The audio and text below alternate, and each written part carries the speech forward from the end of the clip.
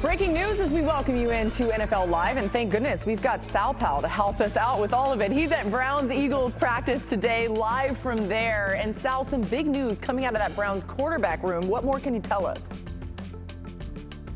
Yeah, here's the latest breaking news. Let's get right to it. Shedeur Sanders, according to the Cleveland Browns statement, has a oblique strain. He suffered that in warm-ups this morning here at the joint practices with the Philadelphia Eagles. The exact statement says, quote, update from the Browns. Further medical testing and examination of Shedeur Sanders revealed an oblique strain. He is considered day-to-day. Won't practice Thursday in the joint practices with the Philadelphia Eagles, and is unlikely to play in the game Saturday across the street in Lincoln Financial Field. Now here's the timeline, Laura.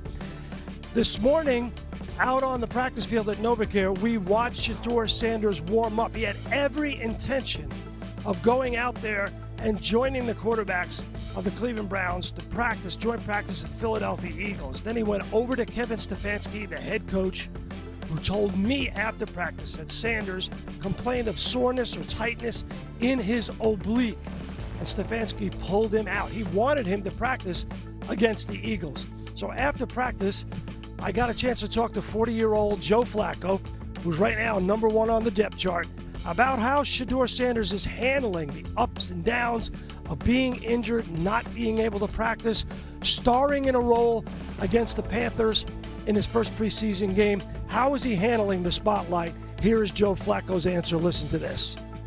Shedeur does a great job with that. I mean, I think I think he's been around it a good amount, so he knows how to handle it and stay even and not really let it affect him. So, what does this Browns team got to do offensively to be better than they were last year, Joe?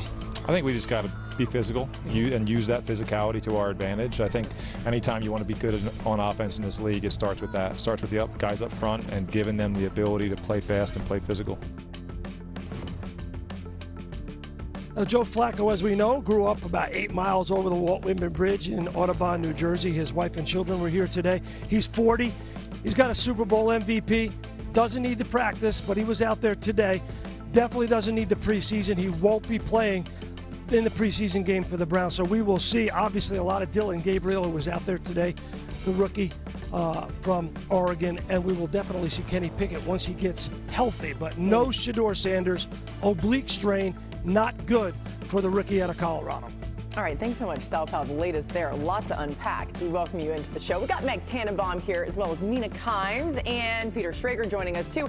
Mike T, how do you think this injury affects Shedeur Sanders? The Browns are trying to manage this quarterback room, get people reps, and now he's hurt. Yeah, Laura, there's a lot to unpack here. So first of all, it doesn't seem serious, which is great. So we could take IR off the table, which would end his season. It's too bad because Shedeur played very well against the Panthers. They still have one more preseason game against the Rams to evaluate. But now Dillon Gabriel, will he play? He was the third-round pick. He'll hopefully get an opportunity. But it just seems like this is all trending towards, hey, we have Joe Flacco, the ultimate bridge quarterback at 40 years old. But it's really too bad because I thought Shedeur was very encouraging in the first game. But one of the things about being a pro quarterback, guys, is you have to be durable. And hopefully this is just a small bump in the road. But any chance he may have had to start, which was probably a long shot, is obviously greatly diminished by not playing. Yeah, I think it matters in two ways. One, the competition aspect, which I see more about QB2 backing up Joe Flacco. He could potentially lose some ground to Dillon Gabriel just by not being available in this game. And then the other is development. These reps matter a lot for these young quarterbacks. I thought Shedeur was really impressive in his first start. I was impressed by his accuracy, his touch, some of the pocket movement he showed, the dig from near his own end zone, the touchdown come to mind. But I also thought there were things he needed to work on, bailing on muddy pockets in the way he did in college. And one of the things that young quarterbacks have to learn when they come to the league, NFL speed is different from college speed. He can't go backwards the way he did a couple times in this game. He knows that. His coaches tell him that. But he has to play to learn that and to stop, sort of get those habits out of his system. So the more he plays, the better. It's going to make him a better quarterback. Yeah, look, I've been called a hater for saying that I don't think he's got a shot of winning this quarterback one, and it's nothing to do with me. It was that he was fourth on the depth chart, and I thought Friday night was sublime. I thought he was fantastic. And then I wake up in the morning and I'm texting with some sources around the team They're like, no, he showed signs of progress, and then we get the depth chart, and he was 4th anyway. It seriously impacts any long shot chance he had of being QB1 not being available for these practices. Meanwhile, it's next man up. And Dillon Gabriel was healthy. Dillon Gabriel was thrown, and he's going to get his opportunity in this preseason game, which is a week 2 preseason game against the Eagles, which might not feel significant at all.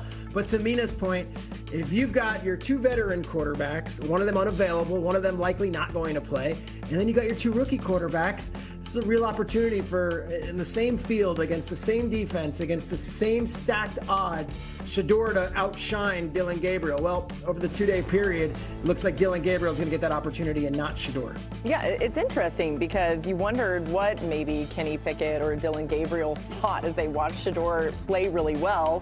To Peter's point, now we get to see what Dillon Gabriel brings to the table. We'll see when Pickett gets healthy. All right, let's leave that there. Super Bowl champion Eagles hosting a joint practice today with the Browns. The 2 teams play a preseason game Saturday afternoon. Leading up to that, all eyes are on the Browns quarterback situation. Shedeur Sanders started their last preseason game. However, Joe Flacco is listed as QB1 on the depth chart, while Dillon Gabriel and Kenny Pickett have been dealing with injuries. All 4 quarterbacks were on the field today, but one of their days ended prematurely. Our reporter Sal Paolantonio and NFL analyst Mina Kimes here with us in studio. And Sal, you were at those joint practices. What more can you tell us about Shedeur Sanders and the morning that he had? Well, here's what we know. I mean, after practice, Kevin Stefanski, the head coach of the Cleveland Browns, was not available to the media, but I did talk to him on the field as the players were coming off, and he told me that Shedeur Sanders complained of oblique soreness during the warm-ups this morning, and they made a decision to shut him down. They had planned to use him in the joint practices with the Philadelphia Eagles today, but they decided to shut him down, make sure that he's okay, so maybe he can come out here tomorrow, Thursday, for the last joint practice and be available for Saturday's preseason game. As a result, what you saw on the field was a lot of Dillon Gabriel, the rookie, and a lot of Joe Flacco, the 40-year-old veteran. And I caught up with Joe Flacco one-on-one after practice, and I asked him, how is Shedeur Sanders handling the ups and the downs and the spotlight of his rookie season? Here's his answer. Shedeur does a great job with that. I mean, I think he's got I think he's been around it a good amount, so he knows how to handle it and stay even and not really let it affect him. So, what does this Browns team got to do offensively to be better than they were last year, Joe? I think we just got to be physical and use that physicality to our advantage. I think anytime you want to be good on offense in this league, it starts with that. It starts with the guys up front and giving them the ability to play fast and play physical.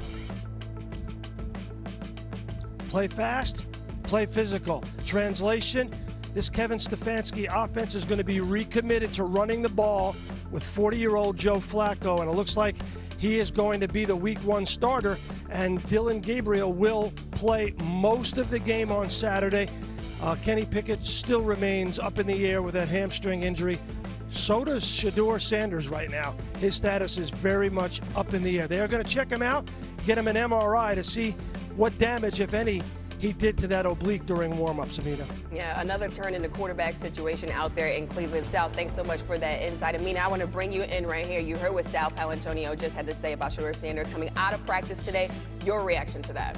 You don't have an overreaction. Sounds like a minor injury, of course. But I will say, for a player like Shedeur, who is competing for almost the right to compete, every snap is crucial.